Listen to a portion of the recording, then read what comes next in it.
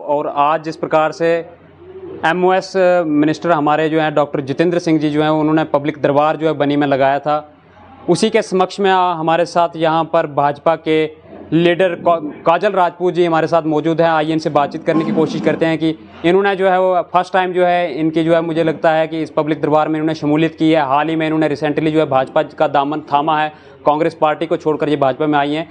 इन्हीं से जानने का प्रयास करेंगे कि किस तरह के लोगों की समस्याएं जो हैं इन्होंने मंत्री साहब के साथ जो है वो साझा किए हैं। मैम सबसे पहले तो बहुत बहुत स्वागत है आपका। आज जिस प्रकार से जो है वो केंद्रीय मंत्री डॉक्टर जितेंद्र सिंह ने बनी में पब्लिक दरबार लगाया था, आपने जो है वो कौन कौन सी समस्याएं जो हैं वो उनके साथ जो है साझा की हैं बनी के रिगार्डिंग में? देखिए, जो हमारे जितेंद्र सिंह जी हैं एक बनी की जनता की के लिए एक उम्मीद की किरण है। बार बार बनी की जनता ने उनको वोट दिया है, भर भर के वोट दिया है, जिताया है, तो कई आशाएं जो हैं बनी के लोगों की उनसे हैं। आज जो डिमांड्स, जैसे आपने कहा कि मेरा शायद पहला ही एक पब्लिक दरबार भाजपा के कार्यकाल जितना मेरा अभी हुआ है, पहला ही कोई पब्लिक दरबार मेरा था, लेकिन डिमांड्स मैं पहले भी रखती आई हूँ और इस बार भी कुछ वैसा नया था नहीं। मैंने जो भी बनी की जितनी भी डिमांड्स थी मैंने कोशिश की कि अपनी तरफ से मैं पूरा जो है उनके समक्ष रखूँ। मैंने सबसे पहले जो उनके समक्ष जो एक अपनी बनी की एक डिमांड जो इस वक्त काफ़ी मुद्दा हमारे लोगों के बीच में है, वो है हमारा पहाड़ी स्टेटस का। मैंने उनको वही अपना मेमोरेंडम में दिया कि पहाड़ी स्टेटस जो हम लोग डिज़र्व करते हैं, बनी के लोग, हमें वो मिलना चाहिए। काफ़ी टाइम से हमारे लोगों की डिमांड है, तो जल्द से जल्द इसके ऊपर कोई ना कोई जो काम जो है वो किया जाए। उसके बाद हमारे एजुकेशन के ऊपर जो है मैंने मुद्दा रखा, एनसीसी सब्जेक्ट के ऊपर मैंने बात की, जिसमें क्योंकि हमारे बनी से जी कॉलेज में और इवन स्कूल्स में भी जी हमारे बनी से मैक्सिमम बच्चे बेल्ट फोर्स में जाते हैं, आर्मी में, या कितने बच्चों में बहुत ज़्यादा पोटेंशियल है यहाँ पे, और सब डिफेंस में जाते हैं, मैक्सिमम जाते हैं यहाँ से। तो एनसीसी सब्जेक्ट हमारे ना ही तो कॉलेज में है और ना ही स्कूल में है। उसके लिए मैंने उसमें एक मेमोरेंडम में ये मुद्दा रखा। और सेकंड, जैसे कोई भी कॉम्पिटिटिव एग्ज़ाम होता है तो हमारे पास उसके हिसाब से सब्जेक्ट्स की हमारे कमी है। जैसे ज्योग्राफी नहीं है, इकोनॉमिक्स नहीं है, तो जो एक मेन सब्जेक्ट है कि आपको जिसकी बहुत ज़रूरत पड़ती है कोई भी एंट्रेंस या इंटरव्यू के लिए, तो वो नहीं था। उसकी एडिशन के लिए मैंने बात की। सेकंड, हमारे रोड्स, कई ऐसी कनेक्टिविटी जो इस वक्त तक, ऐसे तो भाजपा ने मुझे लगता है कि बहुत 70% हमारे इलाके में रोड्स पहुंचाए हैं।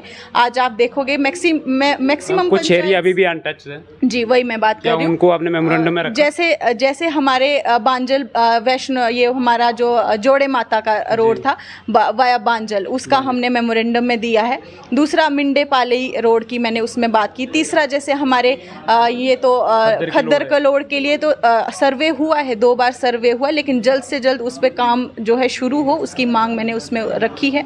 दूसरा, जैसे लोहाई मल्हार इलाका और जो हमारा बनी, दो आपस में मिलते जुलते हैं अपना, लेकिन क्या है कि एक दूसरे से दूरी है, रोड नहीं है, कनेक्टिविटी नहीं है। लोगों को, हमको घूम के जाना पड़ता है बिलावर से, अगर हमें वहाँ अपने इलाके में, हम बनी कॉन्स्टिट्यूंसी बहुत दूर एक इलाका एक फैला हुआ है, तो उसकी कनेक्टिविटी के लिए जो धमान से रोड है ऊपर देरीगला के लिए, उसकी डिमांड की है। उसके बाद कई ऐसे और मुद्दे, चाहे हमारे प्लेग्राउंड के लिए मुद्दा कि हमारे बच्चों अगर यहाँ से खेलने जाते हैं, स्कूल से भी कोई टीम्स जाती हैं, तो कोई अच्छा ग्राउंड नहीं है। दूसरा, हमारे यहाँ पर जैसे रिजर्वेशन की बात हुई, जैसे कुछ परसेंट जैसे गादा ब्राह्मण को भी एसटी स्टेटस के लिए बात की, लेकिन मैं उसमें रोकना चाहूँगा मैम आपको। जैसे आपने मुद्दे बताए, वेरियस मुद्दे, जैसे आपने रोडों के मुद्दे बताए और भी बहुत सारे, जैसे सबसे बड़ा मुद्दा मैम हाल ही में जैसे आप एसटी स्टेटस को लेकर बोल रहे हैं, हमने अपने मेमोरेंडम में एमओएस डॉक्टर जितेंद्र साहब को दिया है, और आपको पता है कि बड़ा हाईलाइटेड मुद्दा है बनी का, और जेन्युइन मुद्दा भी है। हम इसको कहेंगे कि डिजर्व भी करती है हमारी जो बनी की जनता है, इस पहाड़ी एसटी स्टेटस को डिजर्व भी करती है। क्या लगता है आपको, डॉक्टर साहब की तरफ से क्या आश्वासन मिला है कि आप एसटी स्टेटस को लेकर? देखिए, आश्वासन उन्होंने यही दिया कि जब वक्त था उस वक्त किसी ने भी रिप्रेजेंटेटिव, किसी ने भी यहाँ पे इस मुद्दे के ऊपर बात रखी नहीं थी जब रखनी चाहिए थी। इवन चाहे वो किसी भी पार्टी या पद पे था, तो काफ़ी देर सबने करी है, लेकिन उन्होंने यही कहा कि जितना हो सकता है जल्दी इसके ऊपर हम काम करेंगे, और ज़रूर जो है लोगों को जो है इसकी एक खुशी का जो समाचार है वो ज़रूर सुनने को मिलेगा।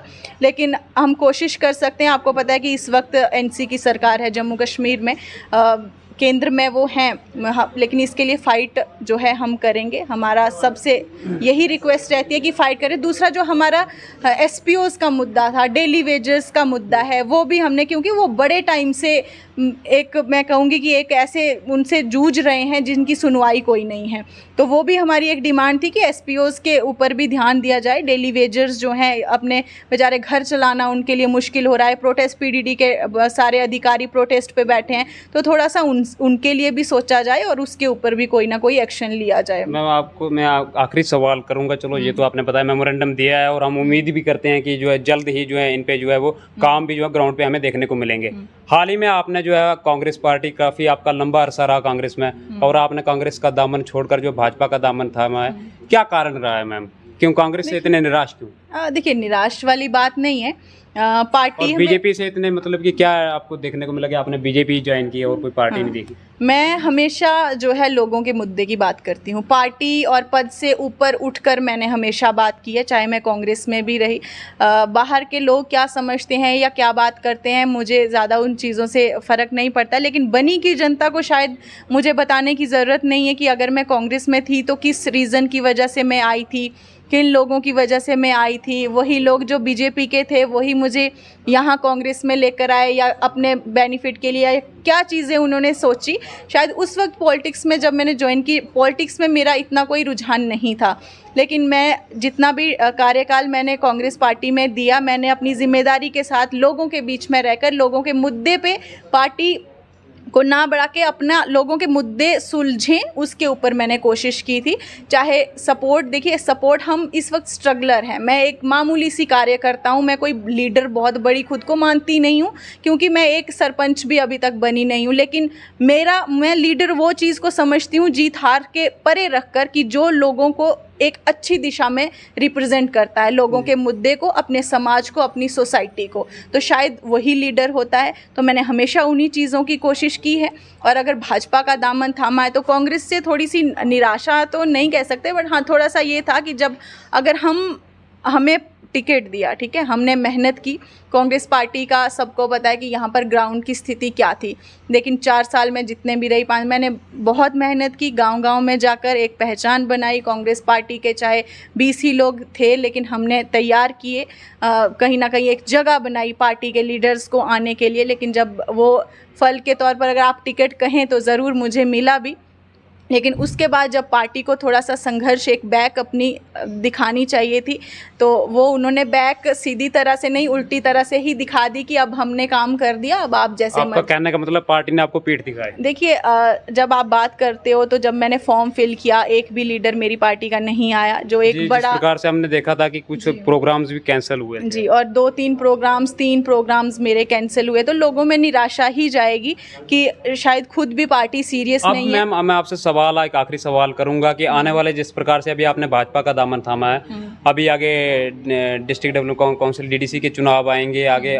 आने वाले चुनावों को लेकर भाजपा की कितनी जो है वो किस तरह की रणनीति है, कितनी तैयारी है भाजपा, कितनी है? देखिए, भाजपा जो है एक बहुत बड़ा संगठन है। अभी हम मामूली से कार्यकर्ता के तौर पर मैं आई हूँ, बहुत चीज़ें समझने को हैं, और पूरी कोशिश करूँगी कि भाजपा के इस इतने बड़े विशाल परिवार में थोड़ा सा तिनका एक बन के थोड़ा सा अगर कुछ कर पाऊँ अपने देश के लिए, अपने समाज के लिए और अपनी पार्टी के लिए, तो शायद मैं भाग्यशाली समझूंगी और पूरी कोशिश करूंगी बिना किसी लालसा के कि हमारे लोगों के मसले हल हों। देखिए, हमारे बाद में बात घूम फिर के मैं वही करती हूँ कि हमारे लोगों के मसले हल होने चाहिए, ठीक है।